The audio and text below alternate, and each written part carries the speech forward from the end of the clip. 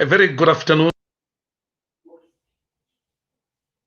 One of your favorite channels online. If there is one thing that people have come to realize about the new normal, it is accepting that there are also the things that have become a benefit to us, things that we probably took for granted before. We find ourselves, because of a lockdown, conversing more. We find ourselves, because of a lockdown, talking more. And that's what we do on the Patco Mafani Conversations. My name is Patco Mafani, and it is my pleasure.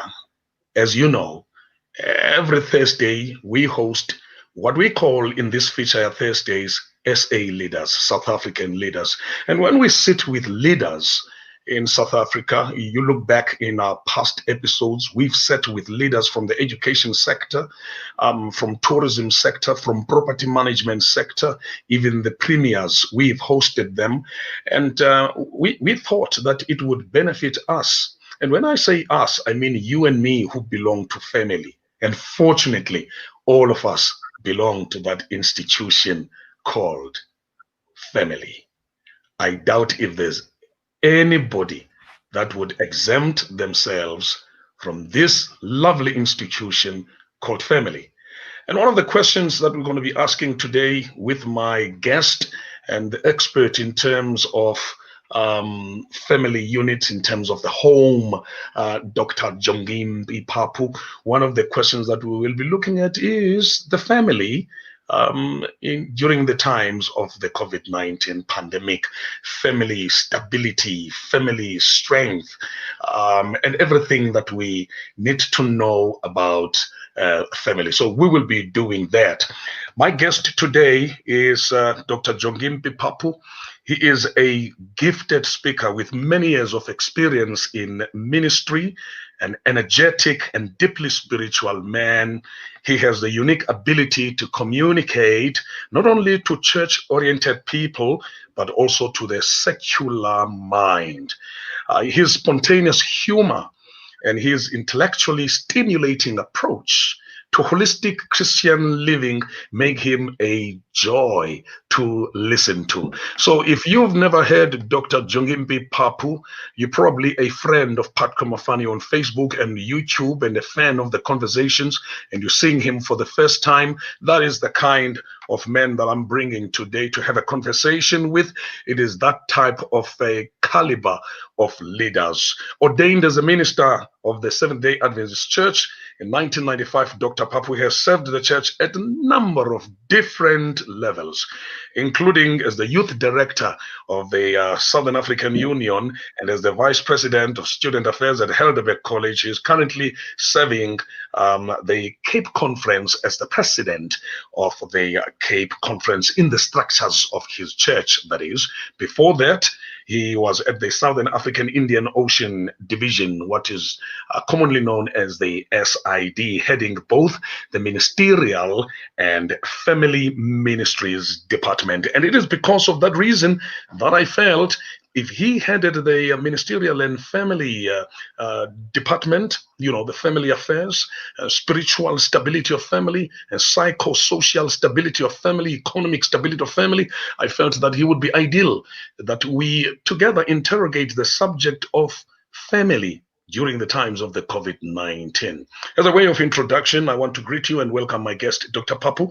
It is always a pleasure to host you. I've heard you speak. I don't know how many wedding gigs and anniversaries where I was lucky to be an MC and you happen to be the guest speaker. And at some stage, because I have a tendency to broadcast things live on my personal Facebook page, I found people in awe of the wonderful, great things that you have been talking about. It's my pleasure. Welcome. Thank you. Thank you. Thank you, Patco. It's my privilege to be with you. I think you are a celebrity, so to rub shoulders with you might do me good than bad, than harm. Well, thank you. I think you're talking on earthly terms. Me, it's my privilege to rub shoulders with you because it might benefit me in heaven. While you benefit on earth, I will be benefiting heavenly speaking. Thank you Thank so you. much. And I know that you're a busy man. We're going to have this conversation, I think, to be fair to your diary, because you're from another meeting, you have another engagement at 6. And I think if you allow me to sit with you for about 50 minutes, that will be an awesome opportunity for me and the viewers. People are pouring in right now, and I can see they've been waiting, and they just cannot wait to hear your profound pronouncements, particularly on the institution called family. And I do know that you're very, very passionate. If I may ask you, you hold a doctorate in theology and many other qualifications, but it's amazing that family has become your passion over the years. Why? I think the answer to that is I spent the greater part of my service in the church with the youth. I think in my second year, I was the youth director. And once you start working with youth, very soon you'll be working with the parents. And so my passion for youth made me to fall in love with marriage, with family. Of course, it was not only youth in terms of teen or adults, but children as well. So I work with children. You can't work with children and not work with actually, if you love children, if you love young people, then you have to love their families as well, because that's where they are nurtured. So it drove me closer, because in my studies about youth problems and youth challenges and the challenges faced by children, from now and again, you'll come across a family. There'll be a problem with the family. There'll be a problem with the parents. There'll be a problem with the father, problem with the mother, problem with the upbringing. And so I developed the interest in that field. I don't see and apart from having studied about everything that affects family, and if we trace it back, your career, even when you were a young minister with your first diploma in theology and your degrees and your time, even at Oakwood University and all of that, are there aspects of family today which, when you look at, it's like, maybe our syllabus needs to be revisited. We as ministers get shocking revelations with the dynamic nature of the development of this institution called family. Are there aspects where you feel the more I hold counseling sessions, the more I hold couples retreats and marital sessions, the more I interact and engage on marital and family, particularly family affairs, is the more I get to discover things that we were not necessarily trained for? Yeah, not trained for, not even ready for, because the whole issue of family has been evolving. If I can just mention the fact that our current challenge, one of our current challenges is the issue of the blended family. Now, you will take it 10, 15 years ago, that was not a major issue, even though literature would talk about blended families. But from a South African context, there wasn't much of that 20 years ago or so. You didn't have a lot of exodus of young couples who are staying far away from home. Not only that, young people that marry at a later stage, which would mean that by the time they get married, they already have children, both, not just the husband and the wife. So the blended family, I must confess. And the unfortunate part is that in South African literature, when it comes to families, we are only now catching up with that, which means even as a society, we have not been ready for this deluge, for this onslaught, for this pandemic in our families. Looking at the divorce rate, looking at the challenges facing families. So yeah, you will see For example, if you look at the stats, your divorce stats, you know for a fact that there was a time a few years ago when divorce was almost like, what is that? Divorcing. I mean, it was something unusual, but now you are almost surprised that they are still married. You are still married. It's like it's like divorce is becoming normal. It's becoming normal. By the way, the average for divorce also is around 9 years, 10 years. Most divorces happen, people get married on average around 30, 29, 30. That's average. And at 40, you've got your highest divorces, around 40, 45, depending on the race, blacks, whites, colored.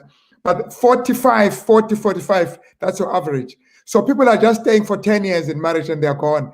But you and I come from families generally where they may not have been the best families, but they were there. They just stayed together. And the mother knew that, well, things are tough. And even during the wedding, when there was the admonition, they would say, toughen up and be strong and you are gone now, you belong to that family. But you don't hear those things now. So if things are tough, you must know you have a family. Come back home. And so those are the issues. So your issue of divorce, the high rate of divorce, caused by a lot of things. You think finance is not one of those things. Finance is part of that. And the long period of separation, not only the man leaving to work somewhere, but also the wife. So they meet at the airport. The wife also has his own schedule, and so the separation. When I say separation, I mean long periods of not being together. That's a serious issue there.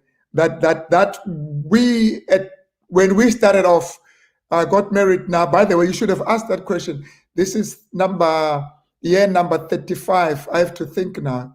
Year number 35, almost, for our marriage. So you might married, yes. Married, not my age.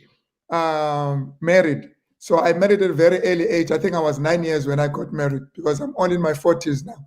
So you so you see, married 35 years ago and 35 years later, you've got serious issues. I mean, serious issues, both from men and women, and we have to respond to that. The church, I'm going to raise that argument, very, very serious. It's not ready. Because remember, for the African families, it was the family that would counsel, that would come in and solve problems. But now families are not able to do that for many reasons. One would be that the challenges are just beyond, or also the issue of distance. People are staying in Joburg, are staying in Durban, unlike in the past when they are closer home. So the whole issue of counseling, going for counseling for couples is still new. That let's go for counseling. I mean, I know men are struggling on that in that area. Why should I go to another man? Why should I go to somebody else for my family? We can just talk to my father. But it's not happening. It's not happening. With other races, they've been in this counseling business for some time. But with us, it's a challenge even to go and look for help on issues that can be sorted. It's a big problem. I want us to, and by the way, I know that you're an author as well. You've written books, and I only will be publishing my first book. And by the way, thanks for participating in my book. I look forward, by the way, to a book by you on family. I know that you've written Beyond Temptations, looking at the life of Joseph and all of that. Are you contemplating on doing that? Because this experience and this knowledge cannot go to waste. I've actually written some articles on families. We've combined. We had a book that was launched where I wrote about families within the African context. We had a Pan-African Congress meeting where we're discussing family issues from Pan-African perspective, not only South Africa. But I represented some of the challenges that we face in South Africa. We discussed issues of lobola. We've discussed issues of how our culture impacts and improves or negates or challenges way of families, which is a very interesting aspect, by the way. So no, I've written a few things, but I would love to really sit down and have a volume on just when you think you've got it, then something else new comes up and you say, let me wait until I get my head around this one. But that's a challenge to have just a volume where you look at some of these issues that emanate from our experience as a couple. Remember, I'm married also, I've got a wife. So I've got my own challenges that I'm facing. I know people think that at 35, you don't have challenges. I thought when I get to 35, this is between the two of us, no one should know about this. I thought when I reached the age of 35 in marriage, I would be like sailing. You know, when you're sailing, you're just floating, no issues. But I'm discovering that it is not, it's not as easy as I thought. we still have challenges. And so we learn every day. We grow. You learn about yourself, you learn about the relationship. So you have to keep at it, you have to keep growing, because once you stop growing, then you start dying and your relationship stagnates. And there's never any age when it is too late to divorce, by the way.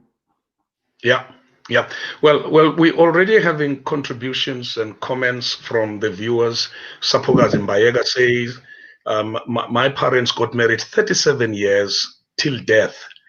And I know that she came through one of our shows here and testifying that she had lost a parent during the COVID-19 period. But she says, I'm glad I've seen them loving each other till death. Not even one day seeing them fighting. In our times, we're really facing. And you know what? This comment actually leads me to the next question. My guest today, Dr. Jongimpi Papu, we're looking at family and COVID-19. We're going to get to that, but I think it would be important, and I'm reminded by this comment, it would be important to look at the stability, the strength of the foundation, and what I would call family wellness. How important is family wellness?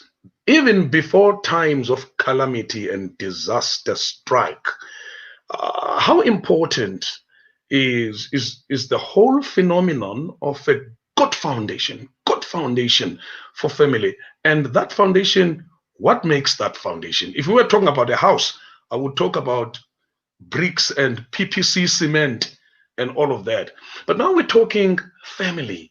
What makes that good foundation, even before the pandemic comes and strikes in the family? We will talk about what happens when it arrives, but I just need us to take one step backward. In your view, should any problem come and hit the family, it must find what kind of a family, made of what?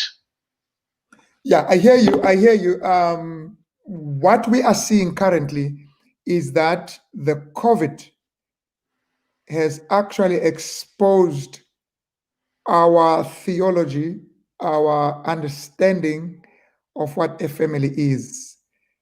It has exposed the cracks, social cracks in our families, which takes us now to the question you are raising. What is the significance? How important is family? I'll give it in an example. Person that I know had a PhD in chemical engineering, working for a powerful company, earned a lot of money, gave himself a goal that once I reach so much money in my savings, he retired or took a break.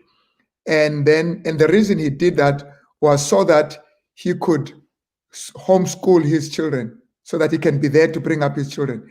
You see what is happening? You've got a person who had a lucrative career who drops that just to bring up children. I promise you, the government, the church, the society has yet to wake up to the reality of the importance of the family. I'm going to say that again, and I will highlight that point later on, that the church itself has yet to wake up to understand the reality and the importance and the significance of the family. We talk about rapists, we talk about thieves, we talk about a crime, but nobody gives birth to a rapist, nobody gives birth to a murderer. Families produce that. So if you're going to complain, then your answer should be, what are these families producing? So you cannot be complaining about the product. You've got to go to the factory, and the factory is the home. It is the home that is producing children. A home produced Mandela. A home produces Thabo Mbeki. It produces Jacob Zuma. It produces murderers as well. It produces rapists. So what must we be doing if we had a lot of money and a lot of resources? I would say we need to redirect those resources towards family and make sure that we have families that would actually embrace the ideals we have. In order, you cannot expect an output on something that you've not input. You did not put something that you want to see out. So, but you are surprised by what comes out, and yet you were not mindful of what was coming in. There are so many things that are eating our time. We have to work, we've got to do this, little auntie to help us with the children, and this and that. Man, kids are an investment. If this world is going to be shaped by the children, the question is, who is shaping the children? If the world is going to be led by the children, who is leading the children? It's the family. But you see, for the enemy of souls, the whole thing that it does is that our families have become a target for the evil one. The families are in a serious challenge, I promise you. If only we knew that your work and whatever else that you have in terms of resources and skill, if you have a family, you're doing all of that so that you can impact on a family. I'll dare even to say that even for those of us who are serious about church, that seriousness about church is meaningless if it doesn't impact on your family. I'll come back to that later on. Your going to church is a waste of time if it doesn't equip you for family.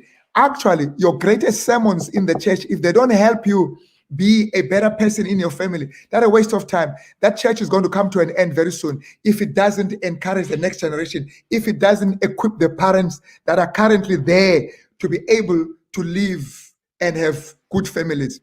We become, because of the families, not the church, not the government, not the school, the family. I don't know how much time you have. I can take the whole hour just on this, but we will come on other aspects that I would like us to touch on, even from the biblical point of view, so that people may not think that we're just talking about this because we have a challenge, but that even from the biblical point of view, there is nothing as important in the Bible as the family. It is even more important than the church, because you can't have a church if you don't have a family. I'm trying to look at whether it is possible that we get together as family during the times of trouble, if we did not get together in good times and celebrate family milestones and achievements. Of course, if you're going to go through a turbulence, who are you going through that turbulence with? If you're going to go through a crisis, the crisis will expose the cracks that you are strangers. Listen, it is easy when there's no lockdown. We are all busy. You see each other for 5 minutes and you think you are okay. Hi. I'm busy. I've got a meeting. Hi. Now, when you are locked and you are told level 5, you're not going anywhere, you're stuck here, the two of you, then you discover, man, we've become strangers. We've grown apart. Now you start looking around. You don't know what to do. And the policeman is waiting outside and the soldiers waiting for you to come out so that they can lock you. So you are locked inside. You can't go out because you're in trouble. Then you're faced with these kids and you discover, are all these my kids? I mean, you even forgotten that this one, what's your name? What class are you in? Now the teachers are even making this thing worse. They want you to even monitor their schoolwork. You say, what standard are you doing?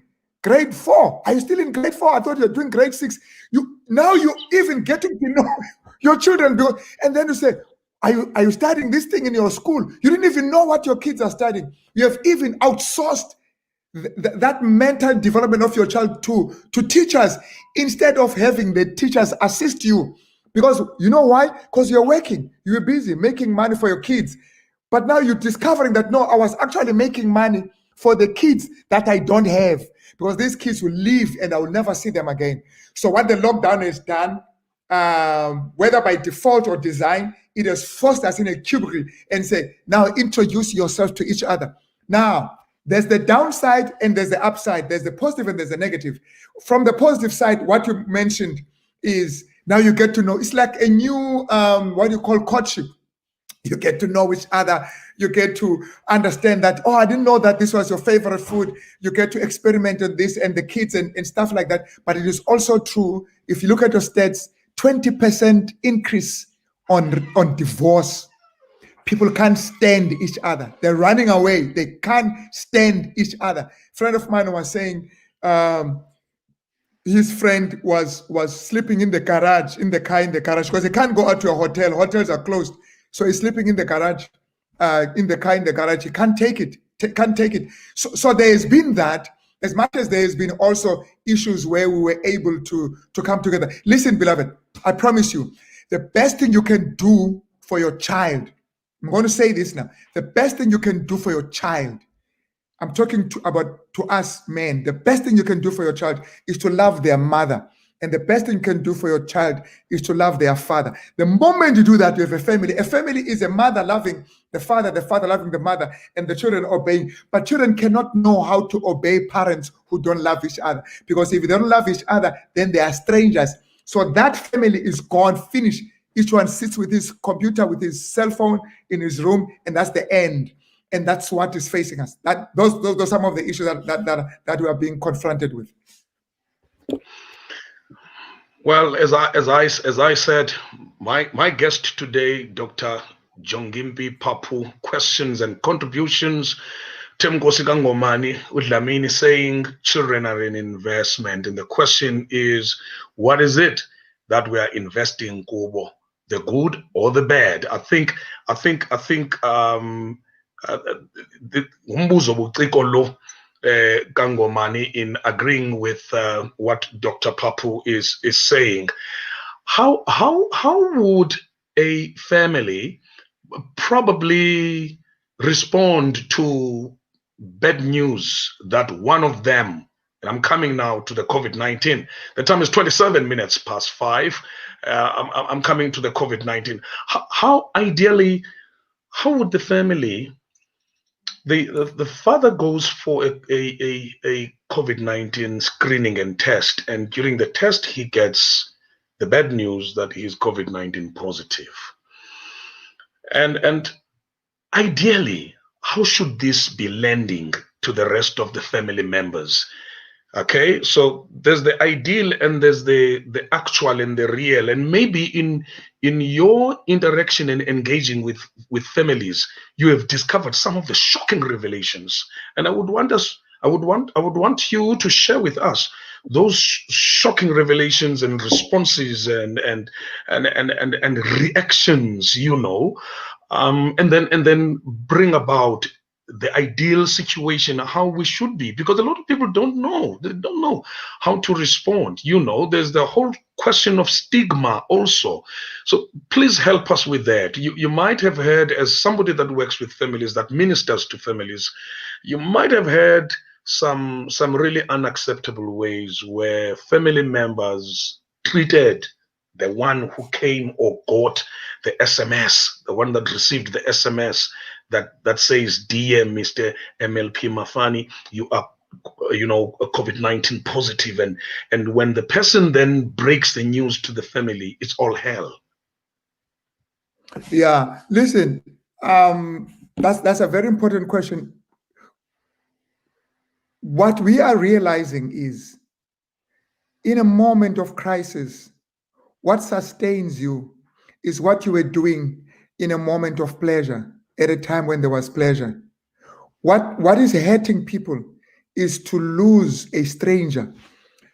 Now, you're not going to believe this. You would think that the most hurting thing is to lose a friend, because you're going to think of the good things. But it's the other way around. What's hurting is, I had a wife who was a stranger. What hurts you is that you never thought she would die. You always thought that you'll find time and you'll be able to appreciate her presence. It's like a child who loses a mother who meant so much to him, but he never found time to appreciate her and to show that appreciation. So what kills you is not the death of the person, is the death of the relationship before the death of the person. So you realize that. You realize that you allowed the relationship to die. As a result, you deprived yourself of the opportunity to connect with this person. Now, I'm going to say this thing, and I'm going to say this, and it's going to sound funny. It looks like the situation forced us to be together, like COVID, locked down. And then in the lockdown, that whole period of the lockdown, follow me here, Patco. In the whole period of the lockdown, level 5, level 4, we are locked down. And the moment the lockdown was lifted, then we started having deaths, couples losing each other, children, parents dying. It's like you were given an opportunity to connect so that as the crisis hits you, I'm talking about death now, you are able to say, you know what, this is painful, but the last 2 weeks was the best time we've spent together, because that is going to sustain you through that death. It would appear as if fate would have it, or if you please, providence, that I'm going to lock you together so that the time the lockdown is lifted up, I would have forced you to connect, because life is so short. So you are forced to connect together. And then now you are facing this moment of a crisis. Now you are able to go through that, because those moments of pleasure, those singing together, those sweet memories, playing together chess and playing the board games and all of that, actually are now sustaining you in this time of crisis. I'm going to say that again. It's easier to carry the burden of losing a friend, because the memories will sustain you and comfort you. But when you carry the regret of not having spent time with the person that you should have spent time with, it becomes huge. Now, what COVID then is trying to tell us is life is short. Life is short. Make sure that you invest your time in the people that matter to you, and those are your family. That's your family. Wow.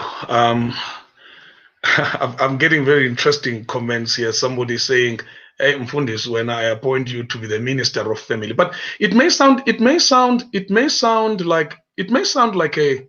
to somebody it may sound like a joke, and maybe even if that was not created for you personally. Now, I mean, I wouldn't mind if they said we now have a new ministry of family, a new department in government of family affairs.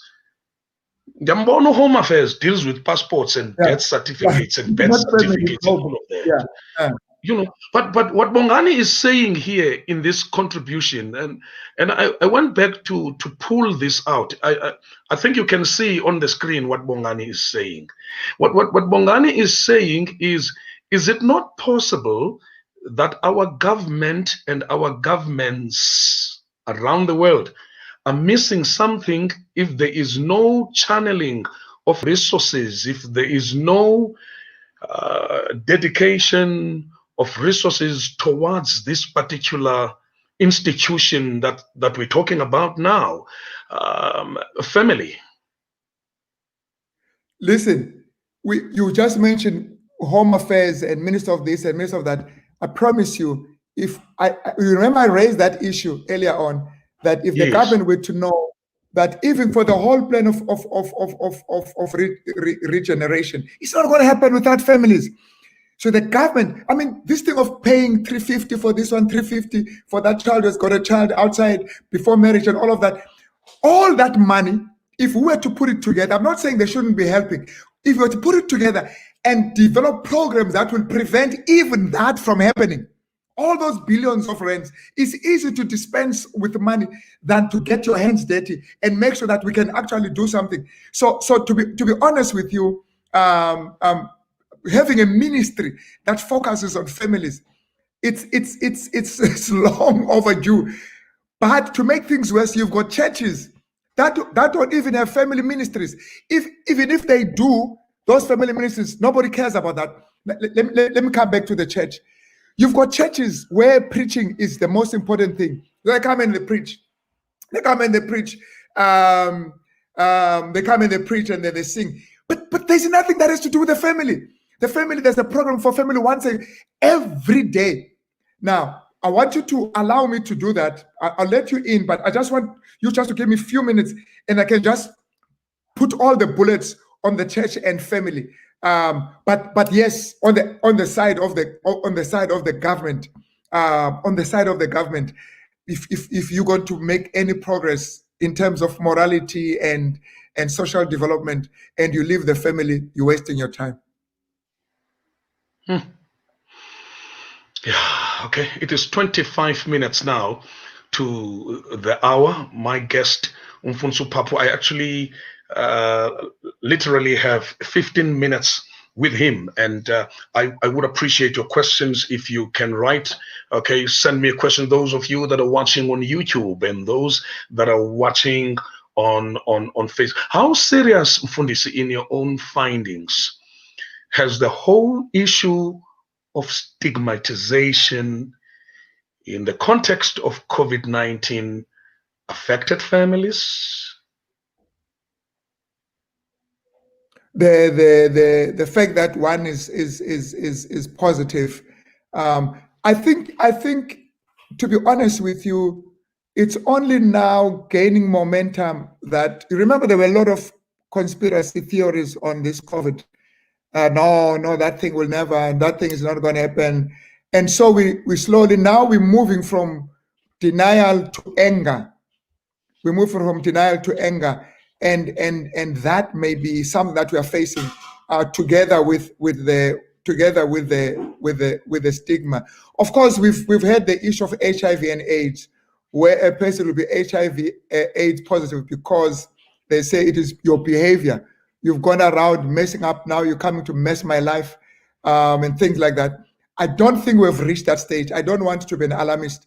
I don't think we've reached that stage with COVID, because with COVID, it's difficult for a person to actually connect it with your personal irresponsibility and say, you were irresponsible, that's why you caught COVID-19. So it is not linked to a behavior. You could have been as careful as you could have, but we are still positive. So the issue of stigma, in my experience, hasn't been that disastrous. I see it's coming up in the context of the where we stay. We understand, and at work, so and so is positive. You mustn't come back. If he comes, he must go and test. We don't want this thing to come to us. Now that's coming a lot from the work environment and so forth. But in the family, we tend to be even closer. I've seen families where a person is actually isolated, even in the family. He's in his own room, and the family gathers together to make that sure that there's support for that one. It hasn't been that bad, I must confess, to a point where it creates a statistics on its own. And I was raising this, and you're right, by touching the issue of isolation and self-isolation or self-quarantine. There were people that were saying, hey, ngathi ngokubuya eza methods zokudilishana ne-leprosy. Kwi-leprosy, in the olden times, you were to say from a distance, unclean, uzixele ebantwini, unclean.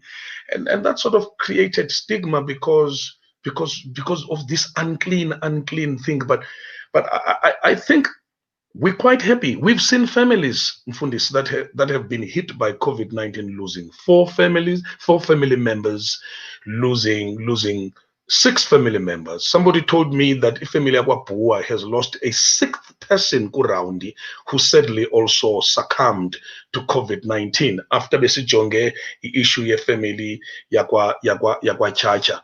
As ministers who are also human beings, how have you been striking the balance between ministering to these families that are hurting in a big way and also staying safe for yourself? Making sure that you don't expose yourself and bring it into your own family as well. You see, the cruelty of this thing is that you die alone. You die alone. Your spouse can't visit. The last time they saw you was when you were getting into the ambulance, or when they were dropping you at the hospital, and the next thing, they go fetch your body. That's number one. Number two, they cry. Nobody can hug them. Nobody can come close and tell them it's going to be fine. Let me tell you what's going to happen. We have to be ready for that. After this whole thing, when this whole thing is over, we will begin a national process of grieving.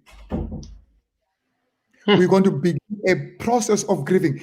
People are going to start crying. We are not able to cry now because You can't. Let me express. You are going emotionally through a trauma emotionally. But then you have to cognitively be mindful of the distance. You've got to make sure that you follow this, you follow that. You can't be grieving and also be engaging mentally. Now, the mental part delays the grieving. I promise you, when the whole mental issues are gone and sorted out, and there's no longer any issues with lockdown and social distancing, that's the time we are going to need each other, because that time, I promise you, families are going to start separating, because people are going to be dealing with grief in ways they have never been able to do so. Things are so much now, there's so much happening around us that you don't even have time to grieve. Because when you're about to cry, then you hear about what happened next door and there. You don't have time to grieve. You don't have time to take a step back.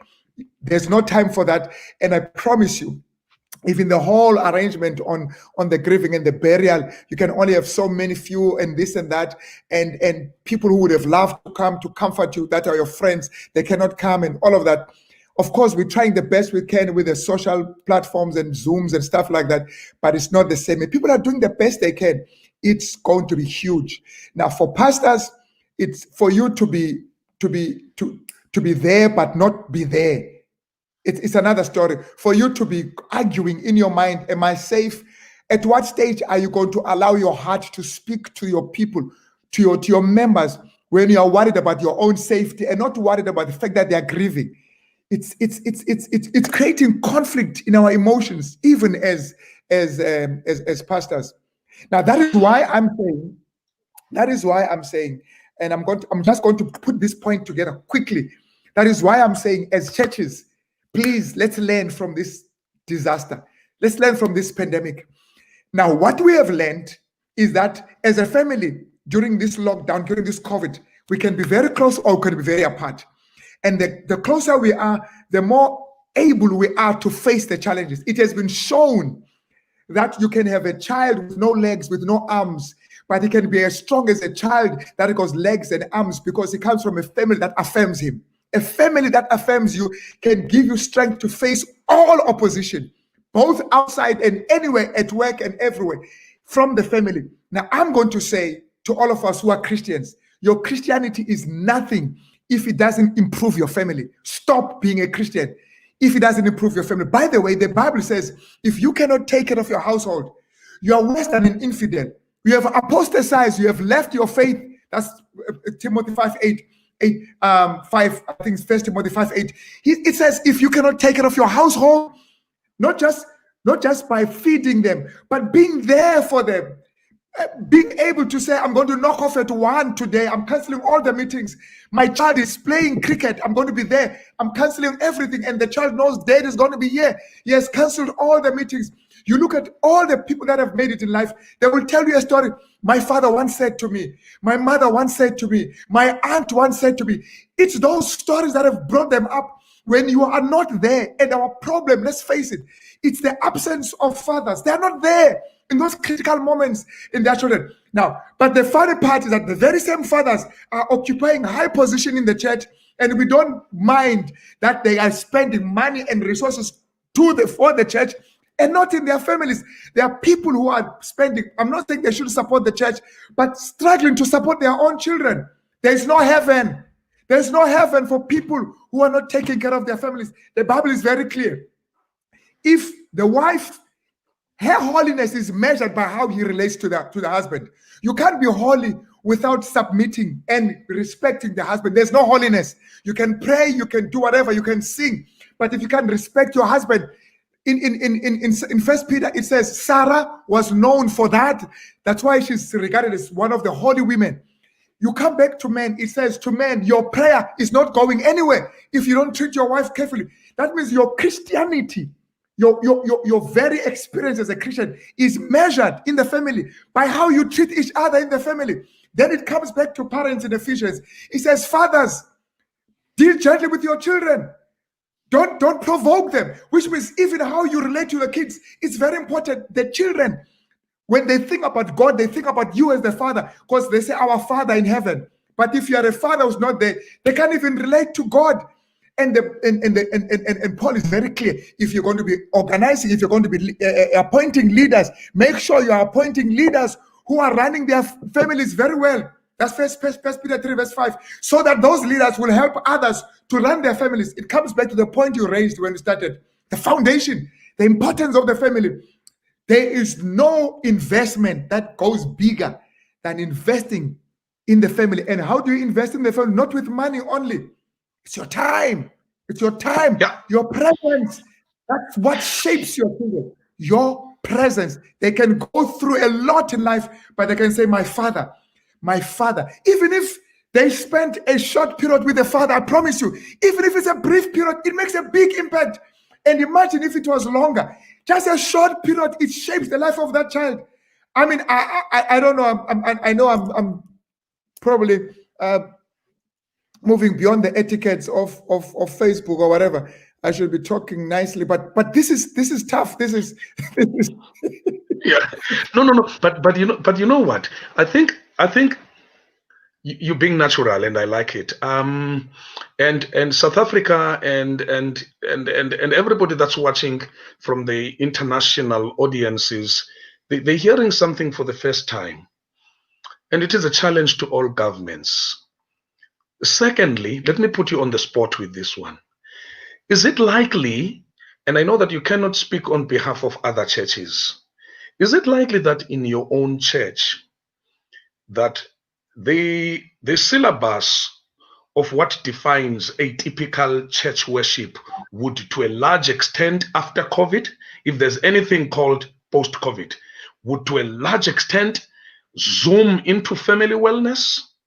You know what? Let me tell you my dream. I know it may never be realized, but let me tell you what I have in mind. When we were locked down, we were caught unawares.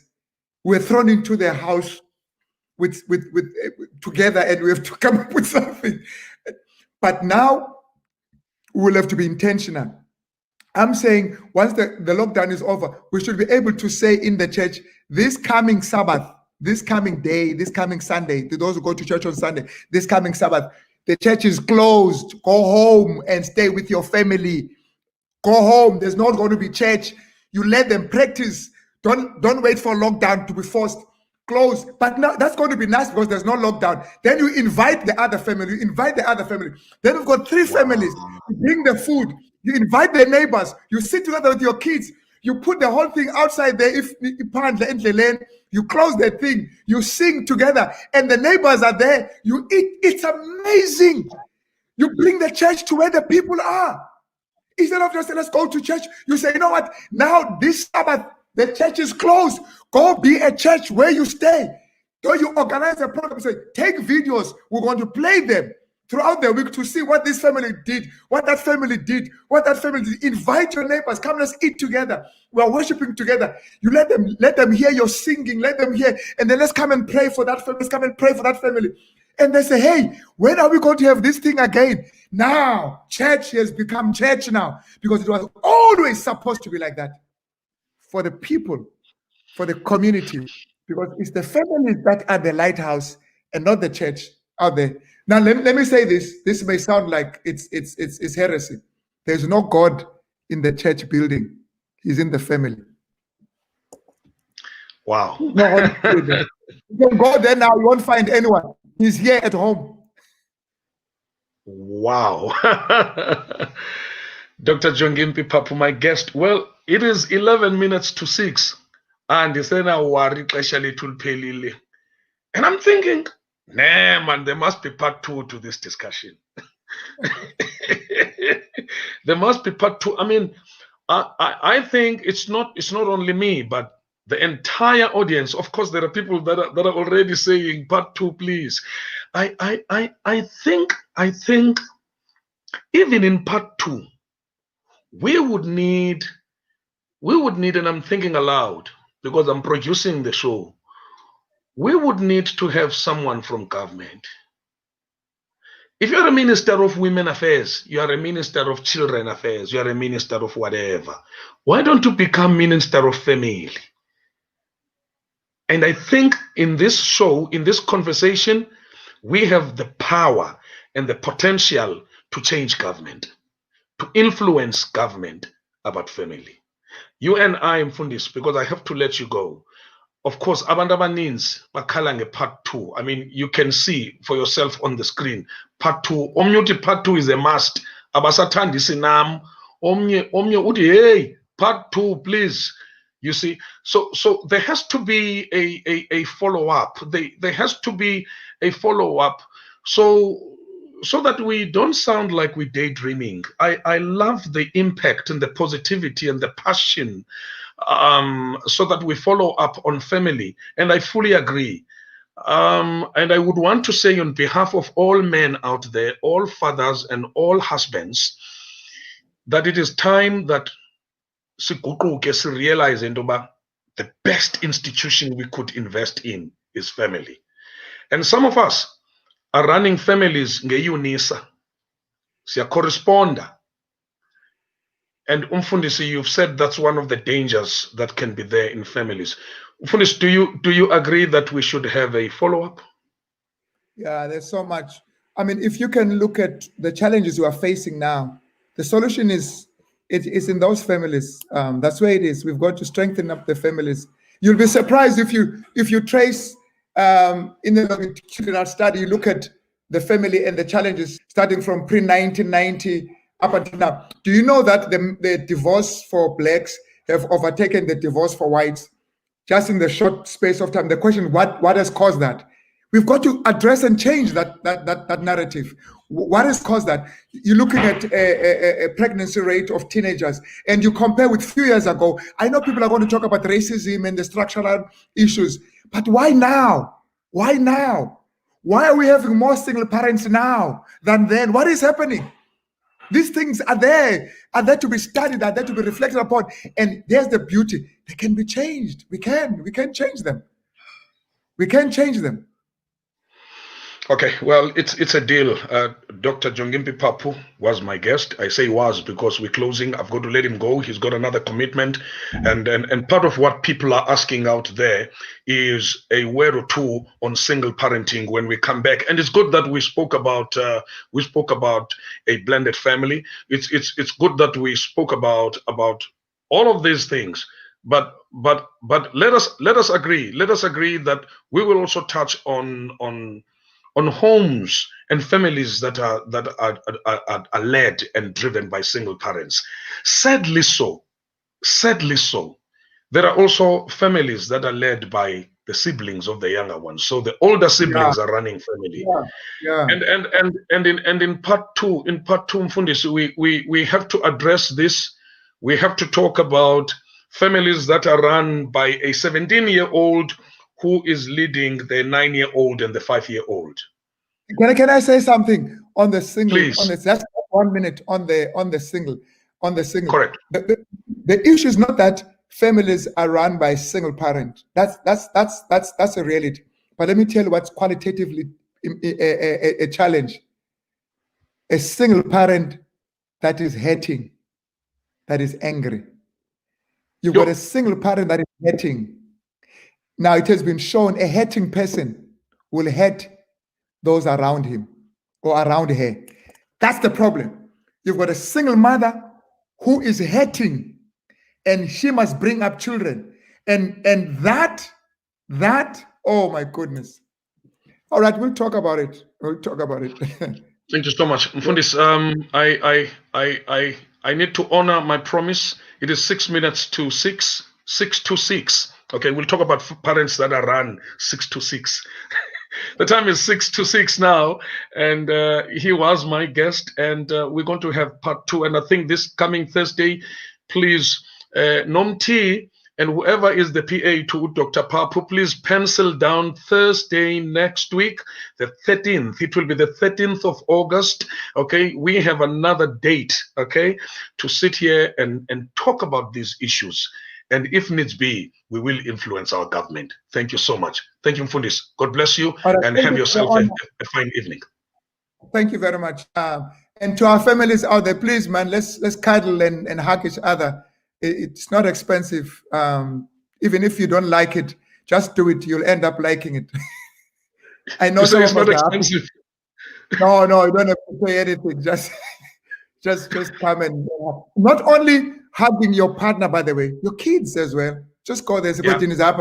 zapha tata kodina tata kakuhage zapha double umrharho uthi zapha umhage udahamba namba. It means a lot. iwes leseyindala mfundisi leseyinazo nendevu leseyibhesa yo isanda kothuka le yami nguchuma ndiyibiza recently that I love you yathi yo dad yo dad yothuswa yile nto I love you yathi yo dad ingathi iza kufuna ntoni dad uyiphuma nzima ngaba ndim lo thetha le. So we need to practice the word the toilet I love you ujonge esipilini I love you uyitsho okay izapha kodini I love you uyikhuphe uyibone ithi but you'll never forget it. I promise you. It is such a big thing. They know we love them, but when they hear and when they see, it makes a big difference. It's not big things. You don't have to buy a Porsche and then say, oh, daddy loves me. No. Just be there. Just give them your time. Thank you.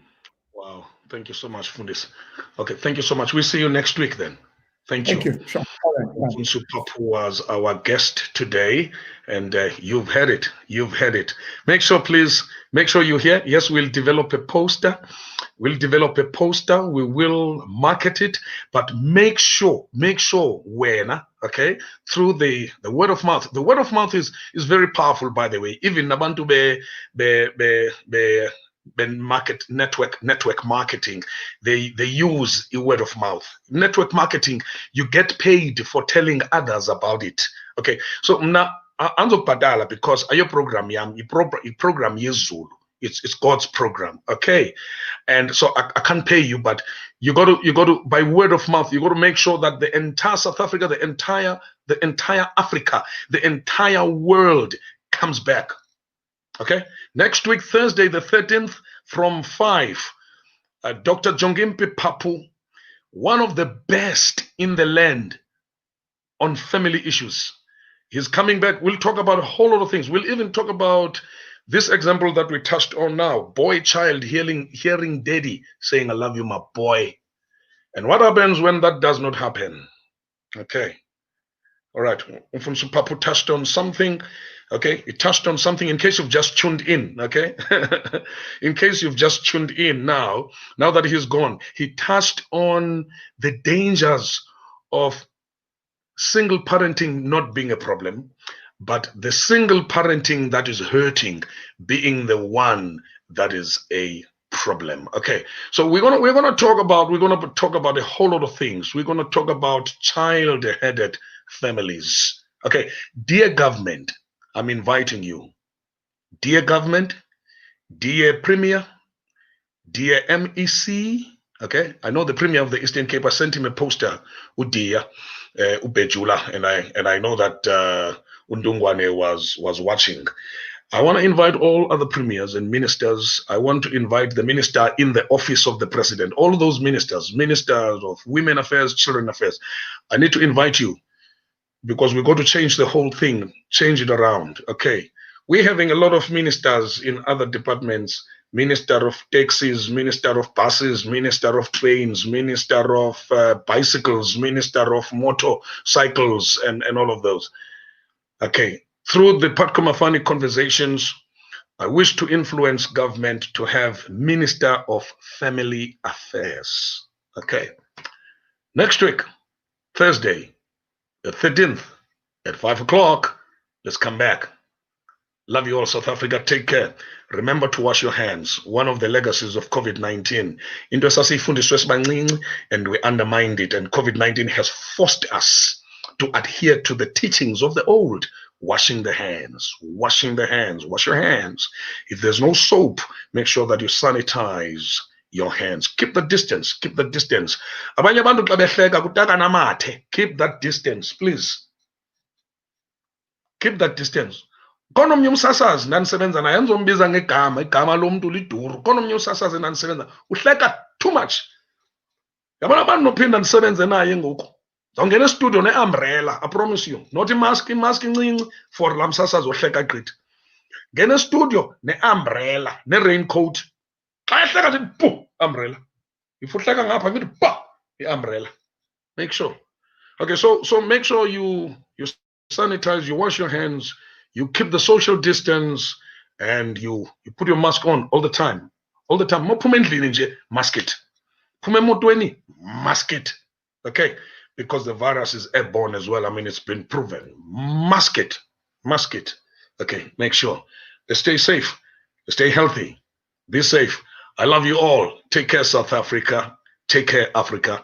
And all of you, there are people that wrote me from Nigeria this afternoon. I couldn't read all the messages, and some were watching from the United States and some from London. Okay, and all of those people are waiting for part 2. Make sure you are here. Part 2. Ukhona lo othi ansaba oluvima ihlinzo. Okay, asihlinzi ngokusithetha ngento serious. We need to influence government. Government is abantu baka government, ngabantu bethu. Sasifunda nabo, zibra zethu sikhule nabo. We need to advise them. We need to influence them. If we don't have a Ministry of Family Affairs, sisengxakini. Goodbye, South Africa. Goodbye, Africa. Take care. Alvido Zain.